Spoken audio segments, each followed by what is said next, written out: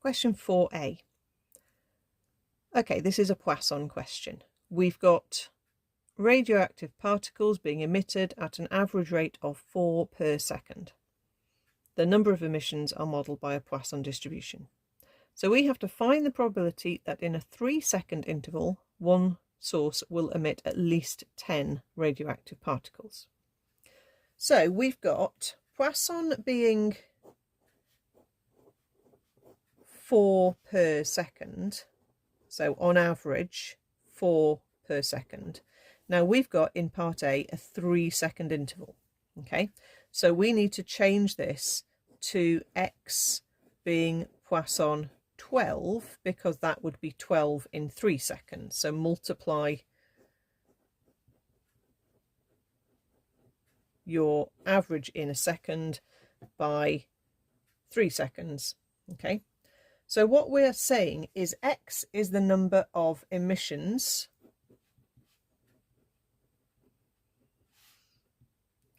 in a 3-second interval. Okay, you don't have to define that, but maybe it helps you think about what your x is. Okay, and x is going to follow a Poisson distribution with an average of 12, but we want to find the probability that x is going to be at least 10. So that is greater than and also counting. Okay, make sure you've got the wording for at least 10.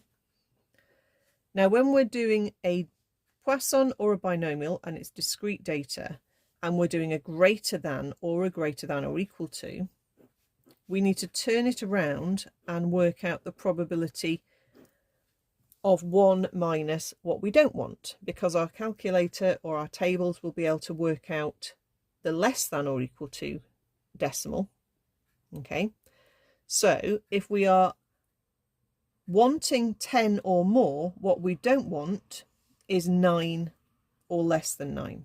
Okay, so we want to work out the probability that x is less than or equal to 9 and then take that away from 1.